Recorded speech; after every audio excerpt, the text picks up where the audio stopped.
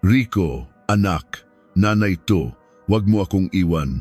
Iniwan ako ng anak kong pinalaki ko sa gitna ng madilim at binabagyong highway sa kawalan.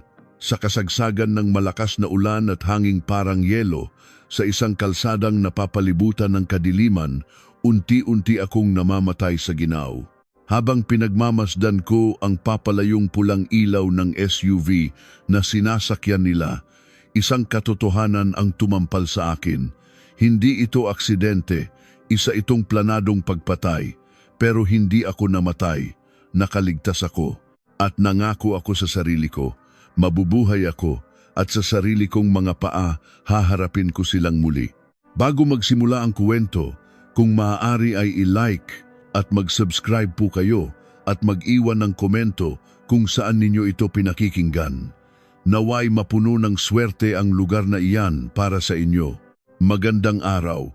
Ako po si Elena Reyes, 72 taong gulang na.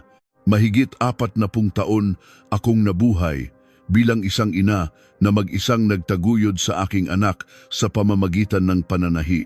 Ngayon, pati ang pag-apak sa pedal ng aking lumang makinang depadyak ay pasakit na sa aking mga binti. Sa sandaling naisip kong panahon na para magpahinga, isang pangyayari ang halos tumapos sa aking buhay. Isang nakakakilabot na kwento kung saan muntik na akong mamatay sa ginaw sa isang madilim na gilid ng highway na walang nakakakilala sa akin. Pero himalang nakaligtas ako. At ngayon, gusto niyo bang pakinggan ang aking salaysay? 40 taon kong pinaandarang makinang panahi sa lumang bahay na ito na yari sa kahoy sa isang sulok ng Maynila. Sa tuwing aapakan ko ang pedal, ang alog at ingay nito ang bumabalot sa buong silid. Dati, ayaw na ayaw ko sa ingay na iyon. Nagrereklamo ako na nakakabingi.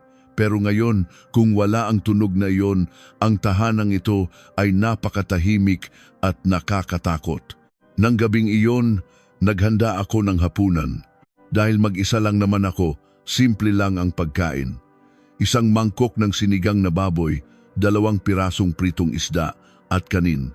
Bago ko pa maisubo ang unang kutsara, napatingin ako sa nakakuwadrong larawan ng aking yumaong asawa. Mahal, heto na naman ako, mag-isang kumakain. Sana nandito ka para sabayan mo ako. Walang sagot na darating. Sa larawan, ang asawa ko ay nakangiti pa rin, tulad ng araw na pumanaw siya 10 taon na ang nakalipas. Sumubo ako ng kanin, ngunit parang may bumara sa aking lalamunan. Hindi ko alam kung butil ba ng kanin o ang bigat ng kalungkutan. Bigla, may narinig akong ugong ng sasakyan sa labas. Nagtaka ako. Bihira ang sasakyang napapadpad sa masukal na iskinita namin.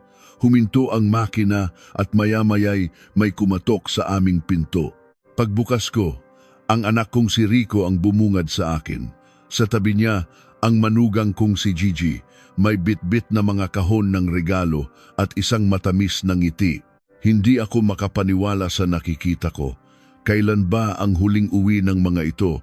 Parang mahigit 1 taon na. Nay, kami po ito. Bakit parang gulat na gulat kayo? Bati ni Rico habang nakangiti at dumiretso sa loob. Sumunod si Gigi at inilapag ang mga regalo sa sahig. Isang buong lechon de lata at isang malaking basket ng prutas. Nay, galing pa po yan sa pinakasikat na bilihan. Naalala po kasi namin kayo kaya dumaan na kami, malambing ang boses ni Gigi. Ngunit sa bawat salita niya, may kakaiba akong naramdaman. Ang manugang kong ito, kapag bumibisita, ni hindi umiinom ng tubig at laging nagmamadaling umalis. Bakit biglang ang bait niya ngayon? O siya, kumain na ba kayo? Naku, Nay, hindi pa po. Kaya nga kami naparito para tikman ang luto ninyo, sabi ni Gigi sabay hawak sa kamay ko. Napapitlag ako, malamig at makinis ang kanyang palad. Isang kamay na halatang hindi sanay sa gawaing bahay. Nay, ang gaspang na po ng kamay ninyo. Nakakaawa naman. Sa susunod, padadalhan ko kayo ng magandang hand cream. Dahan-dahan kong binawi ang aking kamay at nagtungo sa kusina. Pakiramdam ko'y nakatitig ang mga mata niya sa aking likuran. Bigla akong kinilabutan. Habang naghahanda ako muli ng hapunan, lumabas si Rico sa beranda. May kakaiba sa kilos niya. May kausap siya sa telepono at pabulong kung magsalita. Nakakunot ang kanyang noo. Siguradong hindi maganda ang pinag-uusapan nila. Nagkunwari akong nag-aayos ng mga plato habang pinakikinggan siya. Hindi, pakiusap, 1 linggo na lang po, 1 linggo lang ang kailangan ko. Parang awa niyo na. Nanginginig ang boses ni Rico, tono ng isang nagmamakaawa. Kinabahan ako. Ano yon? Kanino siya nagmamakaawa? May utang ba siya? Pagkatapos ng tawag, pumasok si Rico. Butil-butil ang pawis sa kanyang noo, ngunit nang magtama ang aming mga mata, bigla siyang ngumiti. Ah, Nay, yung kliyente lang po. Medyo abala sa trabaho ngayon. Isang kasinungalingan. Matagal na akong nabubuhay sa mundong ito. Alam ko ang itsura ng isang taong nagsisinungaling. Ang mga matay hindi mapakali at pilit ang ngiti. Ganoong-ganoon si Rico. Kinabukasan, pumunta ako sa palengke. Pagdaan ko sa tapat ng paborito kong tindahan, tinawag ako ng may-ari. Aling Elena, halika muna rito. Ang tindera ay sentro ng tsismis sa aming lugar. Walang lihim na hindi dumadaan sa bibig niya. Napilitan akong pumasok. Nako, Aling Elena, may malaking balita. Yung lupa niyo raw po sa Benguet, tatayuan ng isang malaking resort. Sabi nila, tataas daw ng 10 beses ang halaga. Natigilan ako. Ang lupa sa kabundukan ng Benguet, iyon ang lupang binili ng yumaon kong asawa mula sa lahat ng kanyang pinagpaguran. Isang lugar na malayo sa sibilisasyon at walang pumapansin. Magkakaroon ng development doon? Totoo ba yan? Sigurado ka ba? Siguradong sigurado. Narinig ko mismo sa isang taga-munisipyo. Malapit na raw i-anunsyo. Habang pauwi, malalim ang iniisip ko. Ito kaya ang dahilan kung bakit biglang nagpakita ang anak ko at ang asawa niya. Imposible. Hindi naman siguro ganoon kasama ang anak ko para magkaroon ng ganoong intensyon. Ngunit ng gabing iyon, ang aking hinala ay naging isang katotohanan. Habang naghahapunan, biglang nagsalita si Rico. Nay, yung lupa po natin sa Benguet. Gusto niyo po, ako na ang mag-asikaso? Alam niyo na, komplikado ang mga buwis ngayon, baka mahirapan kayo. Tinitigan ko ang pagkain sa mesa at dahan-dahan akong tumingin sa kanya. Ang ibig kong sabihin, Nay, ako na po ang bahala. Kung ibebenta man o ano para hindi na kayo maabala. Naging malamig ang aking tingin. Ang mga salitang matagal ko nang kinikimkim ay biglang lumabas. Hanggat hindi pa ako nililibing, hinding-hindi ko ibebenta ang lupang yan. Pinaghirapan yan ng tatay nyo. Iyan na lang ang natitirang dignidad para sa akin. Isang nakabibinging katahimikan ang bumalot sa hapagkainan. Kitang-kita ko ang pagkagulat sa mukha ni Rico. Sa tabi niya, biglang nanigas at naging malamig ang ekspresyon ni Gigi. Ngunit isang saglit lang iyon. Agad siyang ngumiti ng pilit at sa sandaling iyon, nakuha ko na ang lahat. Hindi ako nakatulog ng gabing iyon. Kinaumagahan, biglang nagbago ang pakikitungo ni Gigi. May dala siyang isang tasang kape at maingat na umupo sa harap ko. Nay, pinag-isipan ko po kagabi. Tama po kayo, hindi na po natin kailangang ibenta ang lupa. Masyado po kaming naging sakim. Isang biglaang pagbabago, lalo akong nag-ingat. Pero, Nay, hindi man lang po namin na-celebrate ng maayos ang ika-70 na kaarawan ninyo. Nakokonsensya po kami. Kaya naisip namin, gusto niyo po bang magbakasyon tayo sa Baguio? May magandang hot spring resort doon. Kumislap ang mga mata ni Gigi. Isang tingin na may itinatago. Hindi ako umimik. Saka, yung apo niyo po sa Amerika, miss na raw po kayo.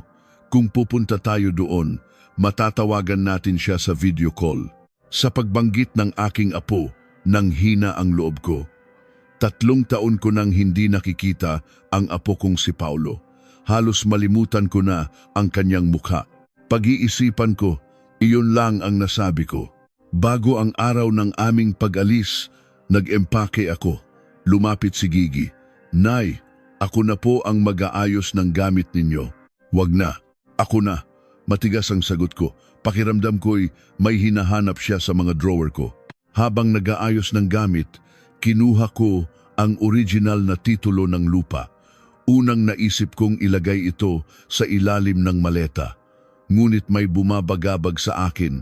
Sa huli, isinuksok ko ang nakatuping titulo sa isang lumang money belt na itinali ko sa aking baywang, sa ilalim ng aking damit. Doon lang ako napanatag. At isa pa, kinapa ko ang ballpen recorder na nakasabit sa aking leeg. Ito ang ginagamit ko sa pagkuha ng sukat ng aking mga kliyente sa patahian. Naging ugali ko nang isuot ito araw-araw. Habang naglalagay ako ng damit sa bag, may narinig akong pabulong mula sa likuran ko. Si Gigi, buwisit na matanda, ang tigas mamatay. Natigilan ako, malinaw kong narinig. Hindi pa naman ako bingi. Nanindig ang aking mga balahibo, pero hindi ako lumingon. Nagkunwari akong walang narinig. Araw ng aming pag-alis. Sa TV, inanunsyo ang paparating na malakas na bagyo sa Hilagang Luzon. Pinapayuhan ng lahat na iwasan ang pagbiyahe. Nag-aalala akong tumingin sa labas. Madilim ang kalangitan. Delikado yata kung tutuloy pa tayo. Okay lang yan, Nay. Mas masarap maligo sa hot spring kapag maulan. Saka naka-SUV naman tayo, ligtas yon, nakangiting sabi ni Rico. Sa tapat ng aming pinto, huminto ako. Tinitigan ko ang pangalan ng aking asawa na nakaukit sa gate. Hindi ko alam kung bakit, pero pakiramdam ko'y hindi na ako makakabalik sa bahay na ito. Nay, ano pa pong ginagawa niyo? Sakay na po. Lumingon ako sa pagtawag ni Rico. Isang itim na SUV ang naghihintay sa eskinita. Ang makintab na sasakyan ay tila nagbabadya ng isang masamang pangitain. Huminga ako ng malalim at dahan-dahang naglakad patungo rito. Narinig ko ang pagsara ng gate sa aking likuran, parang tunog ng isang kabaong na isinasara. Ito na pala ang simula ng aking bangungot. Sumakay ako sa likod ng itim na SUV. Malamig at matigas ang leather na upuan. Isang mamahaling sasakyan, pero bakit parang hindi ako komportable? Ang bigat ng hangin sa loob. Ang anino ng aking anak at manugang sa harapan ay tila mga estranghero. 40 taon kong pinalaki ang batang iyan. Bakit parang ibang tao na siya ngayon? Bago kami umalis, may kinalikot si Rico sa dashboard. Ano ba to?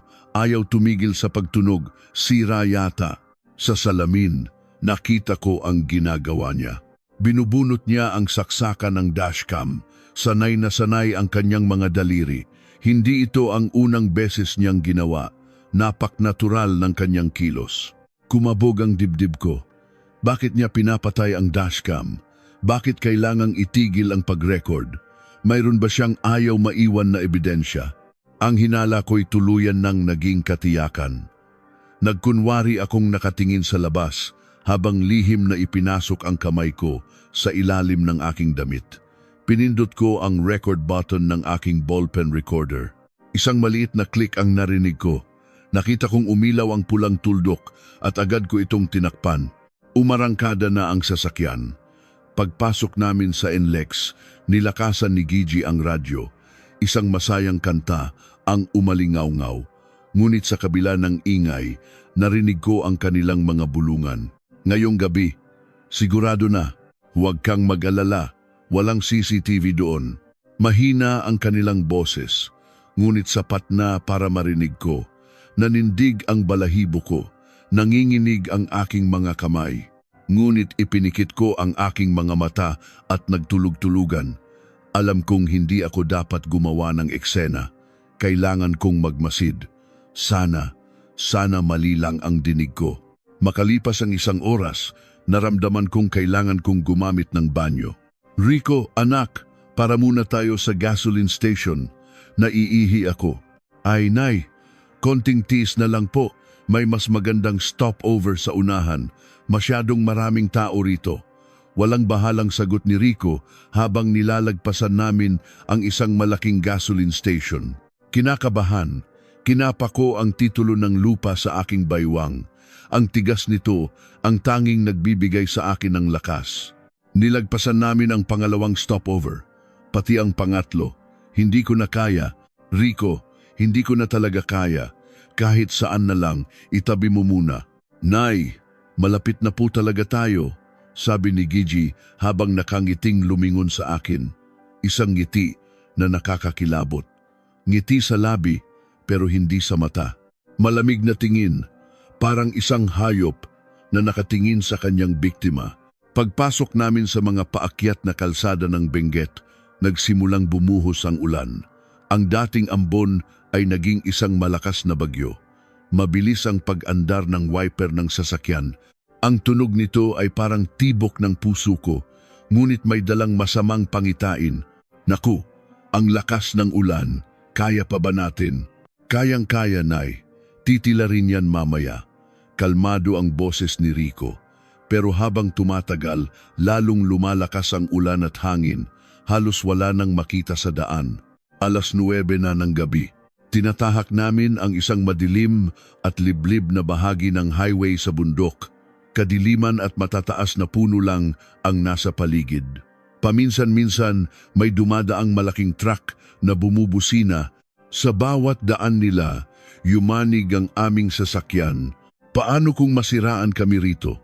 Biglang inikot ni Rico ang manibela. Pumasok kami sa gilid ng daan at biglang huminto. Muntik na akong tumama sa upuan sa harapan. Ay, anong nangyari? Flat yata ang gulong. Pasigaw ni Rico, pero halatang peke ang kanyang pagkagulat. Parang linyang binabasa sa isang script. Nay, pasensya na po, hindi ko po kabisado tong sasakyan. Pwede po bang pakitingin nyo yung gulong sa likod? Kung flat nga ba? Tulala akong napatingin sa kanya. May mali, bakit dito kami huminto? Bakit ako ang pinapalabas niya? Walang kahit isang poste ng ilaw sa paligid. Tanging ang rumaragasang ulan at hangin lang. Anong alam ko sa gulong? Ikaw ang lumabas. Nay, kailangan ko pong paandarin ng makina. Baka hindi na umandar kapag pinatay ko sa ganitong kalamig. Saglit lang po, Nay. Pakiusap. Napilitan akong buksan ang pinto. Isang malakas na hampas ng hangin at ulan ang sumalubong sa akin. Hirap akong huminga. Wala akong dalang payong o bag. Dahan-dahan akong naglakad papunta sa likuran.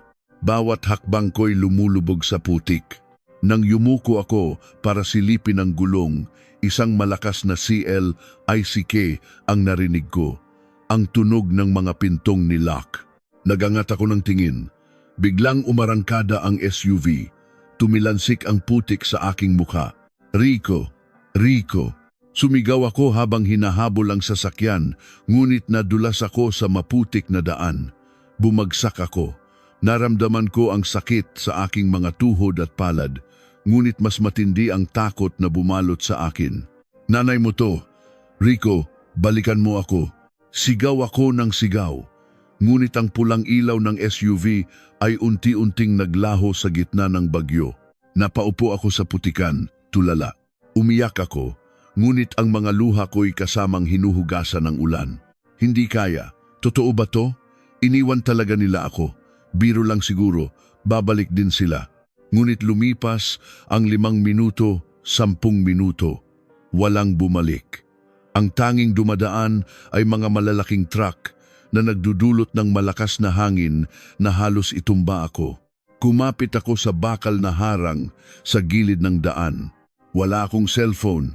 Ang bag ko nasa loob ng sasakyan. Ang tanging dala ko ay ang titulo ng lupa sa aking baywang at ang recorder sa aking leeg. Lalong lumamig. Nagsimulang manginig ang aking mga ngipin. Unti-unting nawawala ang pakiramdam sa aking mga kamay at paa. Sinubukan kong sumigaw ng tulong, ngunit walang boses na lumalabas. Parang nagyelo ang lalamunan ko.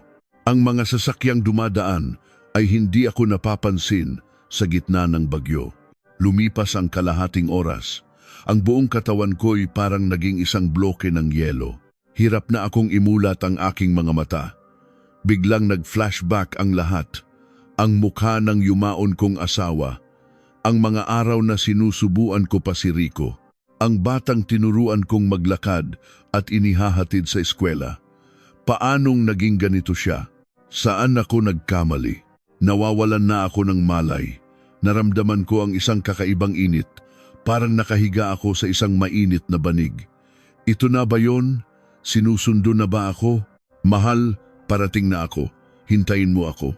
Nawalan ng lakas ang kamay kung nakakapit sa harang. Bumagsak ako sa basang lupa. Ang lamig ng putik sa aking pisngi ay hindi ko na maramdaman. Para pa nga itong malambot na unan. Ito na ba ang kamatayan? Mas madali pala kaysa sa inaakala ko.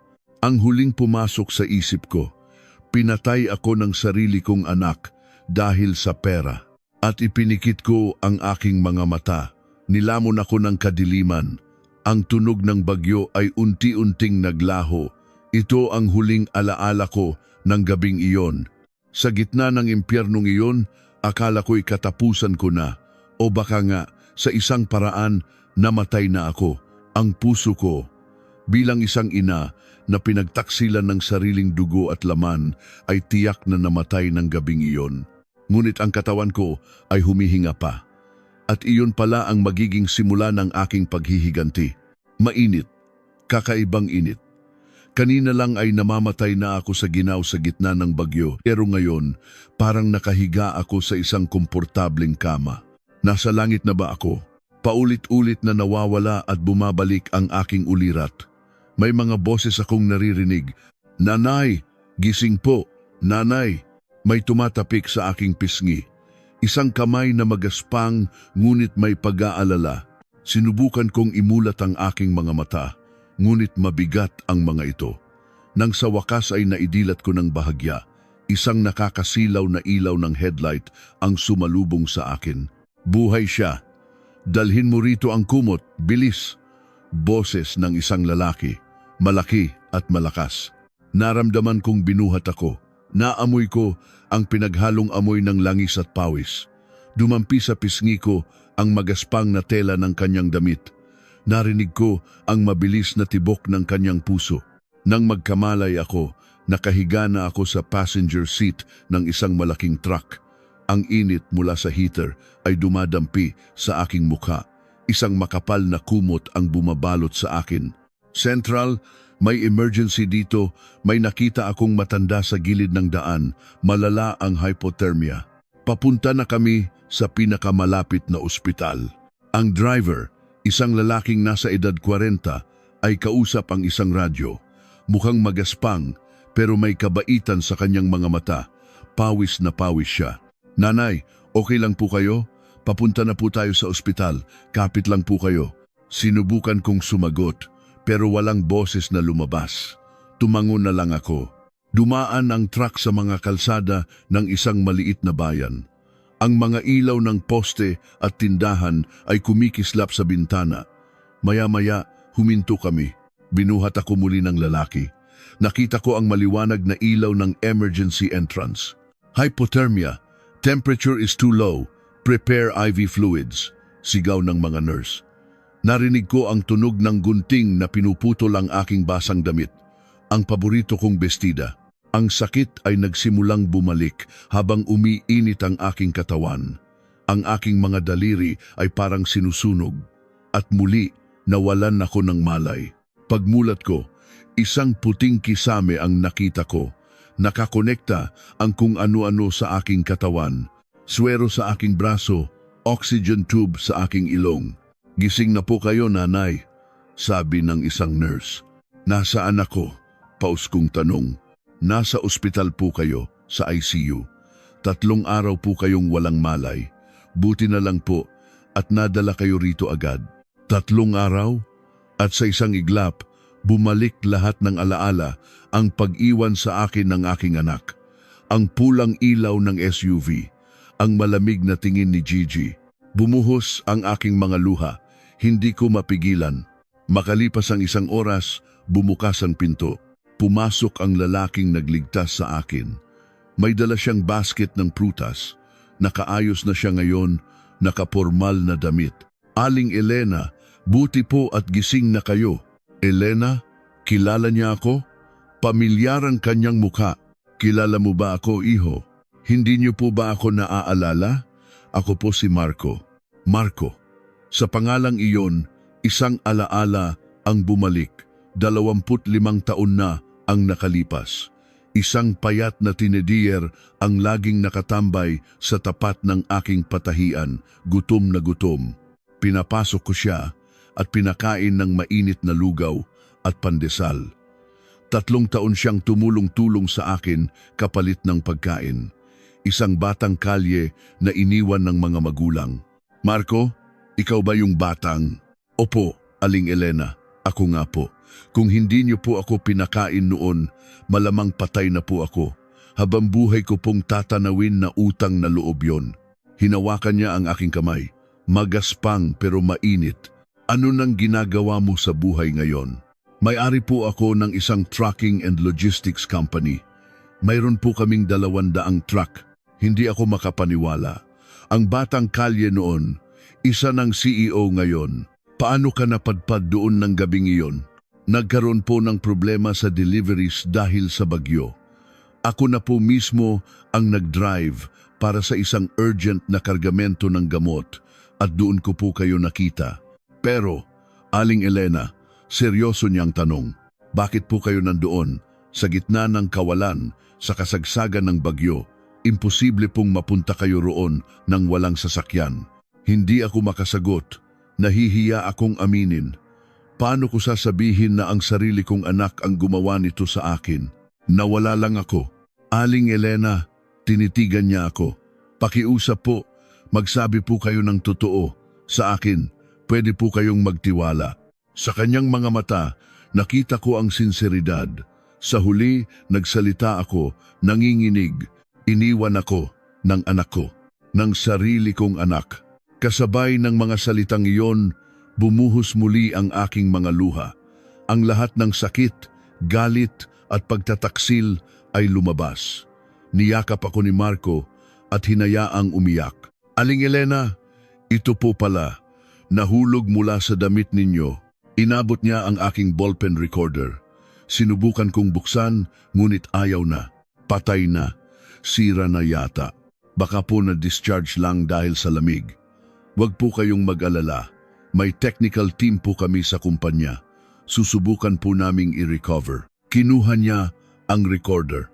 At ngayon po, Aling Elena, sabihin niyo po sa akin ang lahat. Sino at bakit? Tutulungan ko po kayo.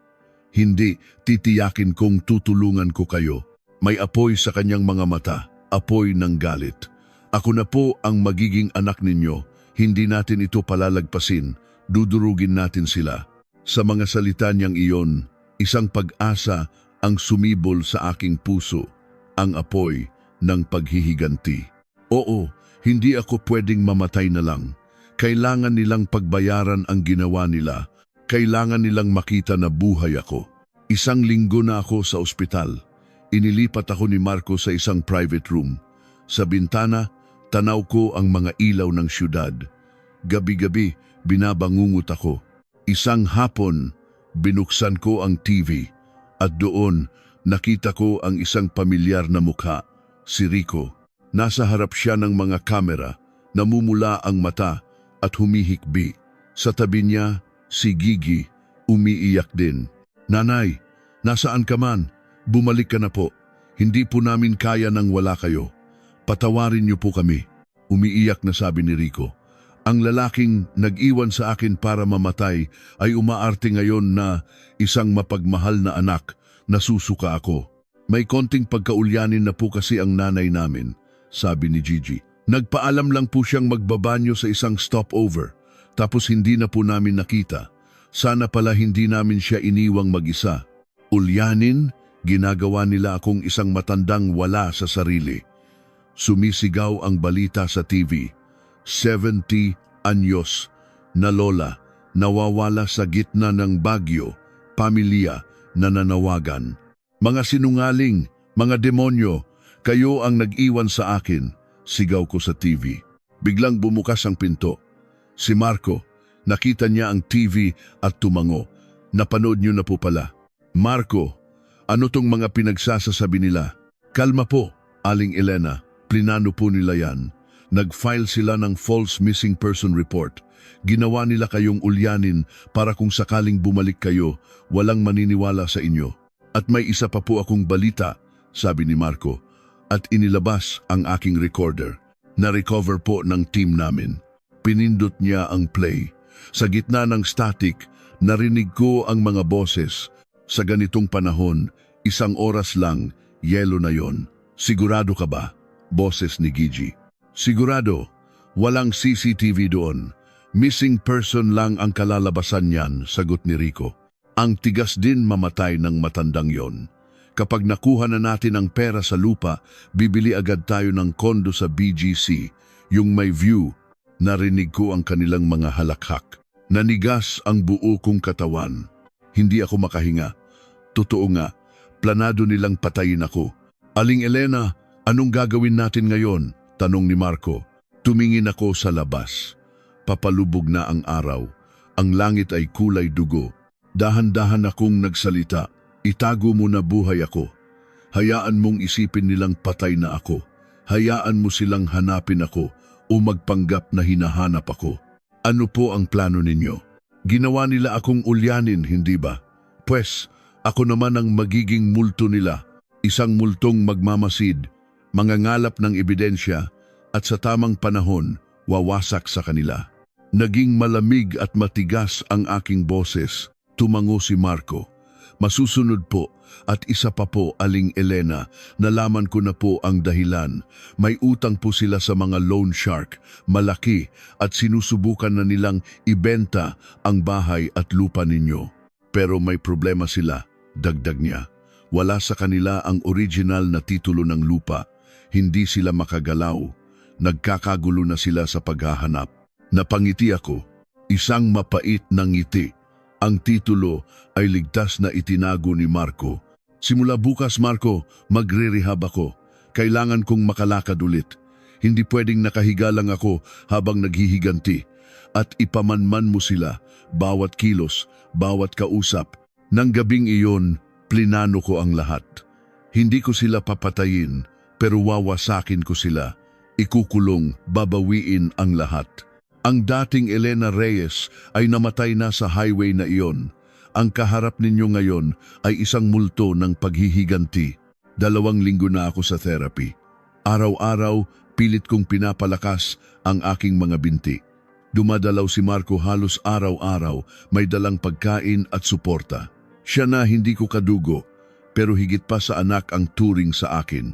Isang gabi, dumating si Marco na seryoso ang mukha. Aling Elena, nalaman ng mga tauhan ko, malala na ang sitwasyon nila. 4 na milyong piso na ang utang nila sa mga loan shark. Nalulong sa kripto at sugal. Naglabas siya ng mga litrato. Ang bahay ni Rico, pinapalibutan ng mga mukhang sangganong lalaki. Si Rico, takot na takot. Si Gigi, galit na kausap ang isang ahente ng real estate sa telepono. At sinisikap na po nilang ipadeklara kayong presumed dead sa korte para mailipat sa kanila ang mana, sabi ni Marco. Mayroon lang silang 1 taon para gawin yon. 1 taon. Iyon ang panahong meron ako. Marco, yung dashcam video, kailangan natin yon. Imposible na po sa sasakyan nila. Pero baka may ibang sasakyan na nakakuha. Mga truck, gagamitin ko po ang network ko. Makalipas ang ilang araw, dumating si Marco kasama ang isang abogadong babae, si Attorney Sylvia David. Ginang Reyes, napakinggan ko na po ang recording. Ito po ay malinaw na attempted parricide, sabi ng abogado. Pero mas magiging matibay ang kaso kung may video. Nagpasya kaming hintayin ang video bago ako magpakita at magsampa ng kaso, ngunit kailangan naming bilisan. Dahil nalaman namin na si Gigi ay nagsisimula ng magtanong-tanong sa mga ospital sa lugar kung mayroon bang unidentified na matandang na-admit ng gabing iyon. Nakalipat na ako sa isang maliit na condo unit na inarkila ni Marco sa ilalim ng pangalan ng kanyang kumpanya. Doon ako nagtago. Isang gabi, tumawag si Marco, hingal na hingal. Aling Elena, nahanap na natin, may video tayo. Dali-dali siyang pumunta kasama ang isang driver ng truck, si Mang Tasyo. Gabi-gabi, binabagabag po ako ng nakita ko. Kaya hindi ko binura ang video, sabi ni Mang Tasyo. Sa laptop, pinanood namin ang madilim at binabagyong highway, ang itim na SUV. Ako na bumababa. Ang biglaang pagharurot ng sasakyan, iniiwan ako. Ang pagbagsak ko sa putikan. At higit sa lahat, malinaw na malinaw ang plaka ng sasakyan. Ito na yon, sabi ni Attorney David kinabukasan. Kumpleto na tayo. Pwede na tayong magsampa ng kaso. Pero nalaman ko pong nag-file na sila ng petition sa korte para ipa-declare kayong patay, sabi niya. Kailangan na nating kumilos. Nang araw na iyon, nagtungo kami sa presinto. Suot ko ang aking pinakamaayos na damit. Matigas ang aking loob. Kinuha ng mga pulis ang aming salaysay at mga ebidensya. Ito ay isang malubhang krimen, sabi ng investigador. Maglalabas kami ng warrant of arrest. Paglabas namin ng presinto, sumikat ang araw. Pakiramdam ko'y nabunutan ako ng tinik, ang simula ng katapusan para sa kanila. Makalipas ang ilang araw, 5 a.m., tumawag si Marco. Aling Elena, sinusugod na ng mga pulis ang bahay nila ngayon.